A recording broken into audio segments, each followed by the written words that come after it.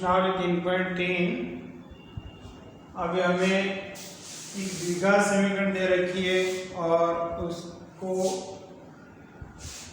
उसके मूल कैसे निकालेंगे, उसके गुणनखंड किस तरह से करेंगे मूल निकालने के लिए। तो हमारे पास ये द्विघात व्यापक द्विघात समीकरण है, उसको 3 विधियों द्वारा हम हल कर सकते हैं। तो आज हम जो है गुणनखंड विधि का उपयोग करेंगे। तो ये हमारे पास द्विघात समीकरण दे रखी है 2x² माइनस 5x प्लस 3 बराबर 0। ये समीकरण अपने को दी हुई है। अब अपने को हल करना है और इनके x के मान निकालने हैं हमें। तो सबसे पहले हम देखते हैं कि हमारे पास में x² और c वाला यानी कि a और c की वैल्यू जो है वो क्या क्या है। यहाँ पे a की वैल्यू है 2, c की वैल्यू है 3, यानी इन दोनों को गुणा करके देखते हैं क्या प्राप्त हुआ। अब इसके क्या क्या गुणनखंड हो सकते हैं वो देखते हैं। तो 6 के गुणनखंड हो सकते हैं 1 गुणा 6, 2 गुणा 3। तो हमें क्या करना है, इससे भी मिलाना है कि 1 और 6 क्या यहाँ उपयुक्त हो रहा है या 2 और 3 उपयुक्त हो रहा है। तो यहाँ हम देख रहे हैं कि 1 और 6 वाला जो है वो यहाँ उपयुक्त नहीं है।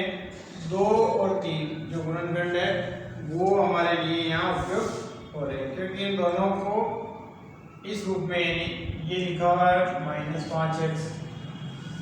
तो 6 के ऐसे गुणनखंड करें कि जोड़ने पर 5 आ जाए और गुणा करने पर 6 आ जाए। तो यही यहाँ पे अगर अपन जोड़ेंगे तो 7 हो जाएगा, क्योंकि यहाँ पे हमें दोनों को जोड़ने पे प्राप्त होना चाहिए। 2x² और 3 ऐसे कैसे, ये बाई पर ऐसे कैसे लिखे हुए हैं और इनके जो गुणा है ये बाह्य पदों का गुणा 6 के ऐसे गुणनखंड लेवे कि उनका गुणनफल तो 6 आ जाए प्लस के, और उनका योग करें तो ये वापस जो है ये किया जाए, यानी -2x और -3x का योग करेंगे तो ये बीच वाली राशि में जाएगी। अब हमने इस तरह से व्यवस्थित किया, ये ग्रुप बना दिया हमने दो अलग अलग, इनमें से और इनमें से। इसमें से इस वाले ग्रुप में से हमने 2 और x कॉमन ले लिया। इस वाले में से आपके पास बच गया अंदर x, इसमें से पूरा का पूरा चला गया, इसलिए हम लिखेंगे 1। बाहर आके आ गया 2x और अंदर बच गया आपके पास x माइनस 1, ये कोष्टक हो गया। अब यहाँ से माइनस का 3 है, हमने माइनस कॉमन लिया और 3 भी कॉमन लिया, तो -3 कॉमन ले लिया क्योंकि यहाँ। तो यहाँ से तो माइनस और 3 दोनों कॉमन आ गए, तो यहाँ पे आपके पास x बचेगा, यानी इसका माइनस तो ये है ही, 3 ये बाहर है तो अंदर आपके पास x बचेगा। अब यहाँ चूंकि प्लस है इसलिए यहाँ पे हमें माइनस लगाना पड़ेगा, क्योंकि वापस गुणा करेंगे तो ये प्लस हो जाएगा, और यहाँ 3 का 3 ही चला गया है इसलिए यहाँ पे 1 लिखना पड़ेगा, 3 है कम 3। अब यहाँ पे हमने ये कॉमन लिया, उसके बाद हम देखते हैं कि हमारे पास ये एक कोष्टक और कॉमन नजर आ रहा है। अब इसमें से हम x माइनस 1 पूरा ही कोष्टक ले लेते हैं, तो ये हमने x माइनस 1 कॉमन लिया। इसमें से हमारे पास बचा 2x और इसमें से बचा -3, इसको एक कोष्टक में बंद कर देते हैं। इस तरह से हमारे पास गुणनखंड प्राप्त हुए x माइनस 1 कोष्टक में और दूसरे कोष्टक में 2x माइनस 3, ये 0 के बराबर। अब दो गुणनखंडों का गुणनफल 0 कब होता है, यानी दो संख्याओं का गुणनफल 0 कब होगा, जब दोनों में से कोई एक 0 होगी। तो हम एक बार इनको लिख लेते हैं। हम मानते हैं कि यदि ये वाली 0 हो तो भी गुणनफल 0 आएगा, या ये वाली 0 है तो भी गुणनफल 0 आएगा। तो दोनों में से कोई ना कोई एक ना कम से कम एक तो है 0 होगी। पहले लेते हैं हम, यदि x माइनस 1 बराबर 0 हो, अब इसको हमने 1 को उधर पक्षांतर कर दिया तो x की वैल्यू आ गई हमारे पास ये। और यदि मान लो ये वाला 0 हो, ये गुणनखंड 0 तो 2x माइनस 3 इक्वल्स टू 0। तो अब हमने 3 को पक्षांतर किया, ये 3 इधर आ गया, और अब आपके पास 2x बराबर 3 बचा। तो x की वैल्यू निकालने के लिए 2 को नीचे भेज दिया, तो हमारे पास x का मान है 3/2। अब x की वैल्यू हमारे पास प्राप्त हुई, एक तो यहाँ से 1 ये, और दूसरी जो है हमारे पास प्राप्त हुई 3/2। तो समीकरण के अभिष्ट मूल है। ये मूल निकालने के लिए हमने यह x की वैल्यू हमने निकाली, और x बराबर 1 और x बराबर 3/2 प्राप्त हुई। एक और समीकरण लेते हैं हम। इस तरह से हमारे पास दे रखी है √3x² + 10x + 7√3 बराबर 0 दिया गया समीकरण ये है। ये समीकरण दे रखी है हमें।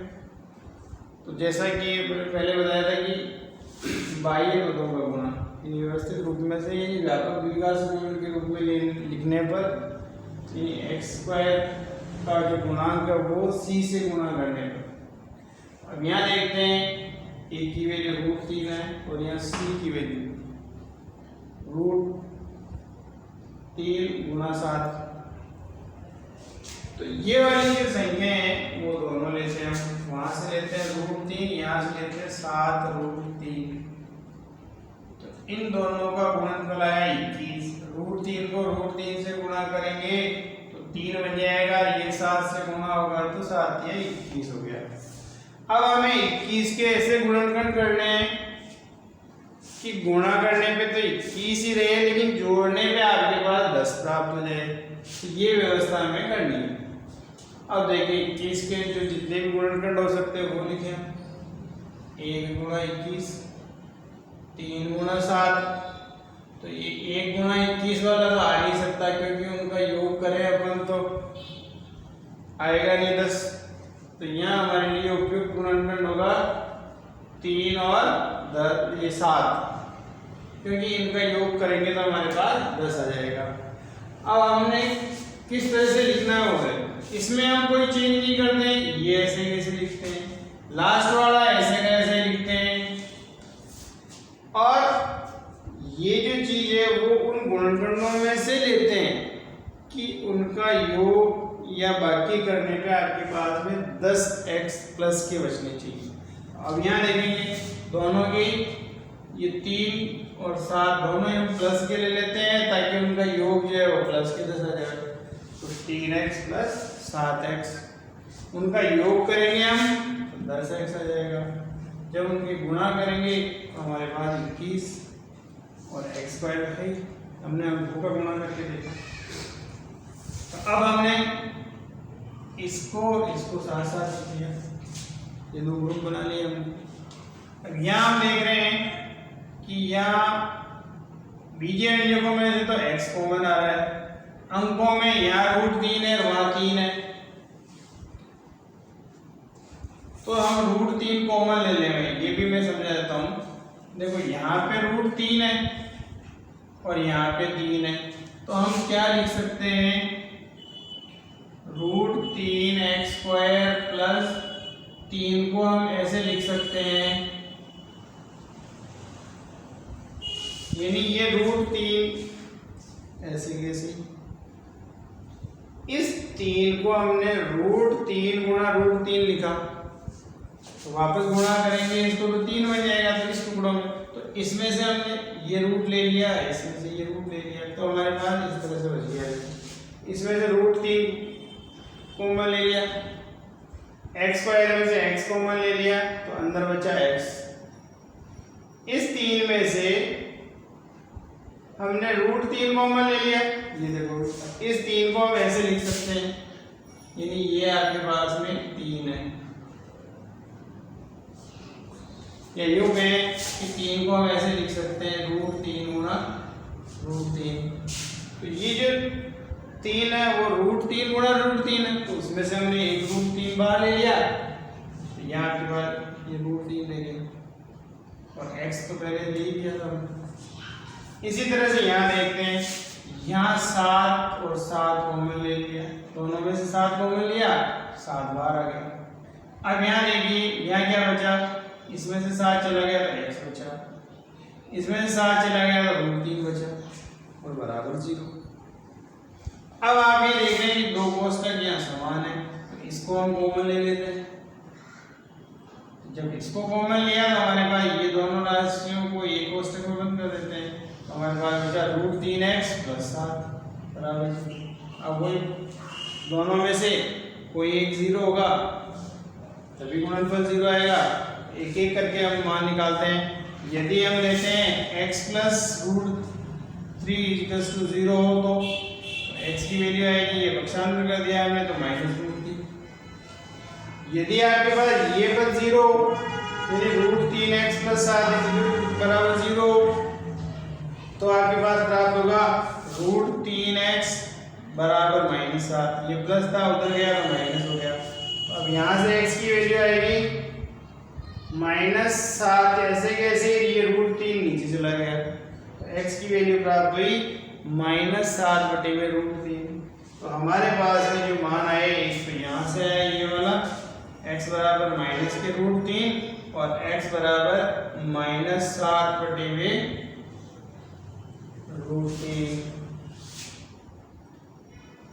तो इस तरह से ये समीकरण के मूल प्राप्त होते हैं।